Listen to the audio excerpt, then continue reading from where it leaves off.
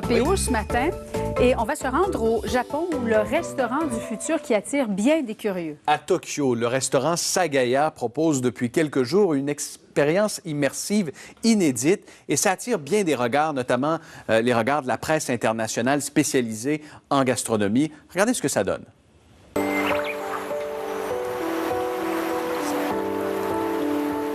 Voyez cette magnifique table interactive. À l'aide de capteurs et de projecteurs, ces tables peuvent identifier les plats ainsi que leur forme et créer des animations là, autour des assiettes pour le plus grand plaisir des convives et des gens qui sont attablés.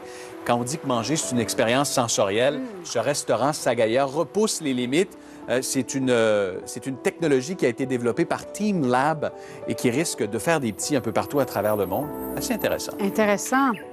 À quand on va pouvoir voir ça à Montréal? Peut-être bientôt, plus vite que prévu. Publicité du futur, cette fois qui passe par les drones. Oui, vous allez voir, on va rester au Japon. C'est une compagnie de téléphonie cellulaire qui a développé un drone muni de bandelettes lumineuses LED qui permettent de créer des projections. Évidemment, on pense au domaine publicitaire. Il y a plusieurs usages possibles. Et regardez encore là ce que ça donne.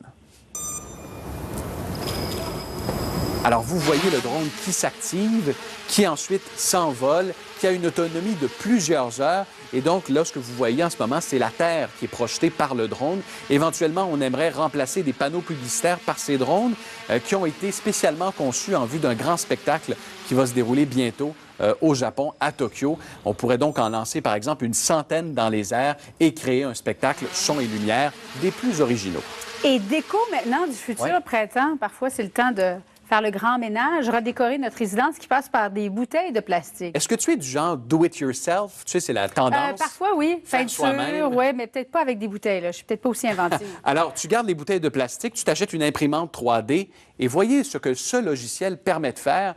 En fait, c'est un logiciel allemand, vous allez le voir sur les images, qui vous permet de concevoir à l'aide d'une imprimante 3D et de bouteilles de plastique du mobilier. Donc, vous voyez, vous avez des bouteilles de plastique, vous concevez votre structure.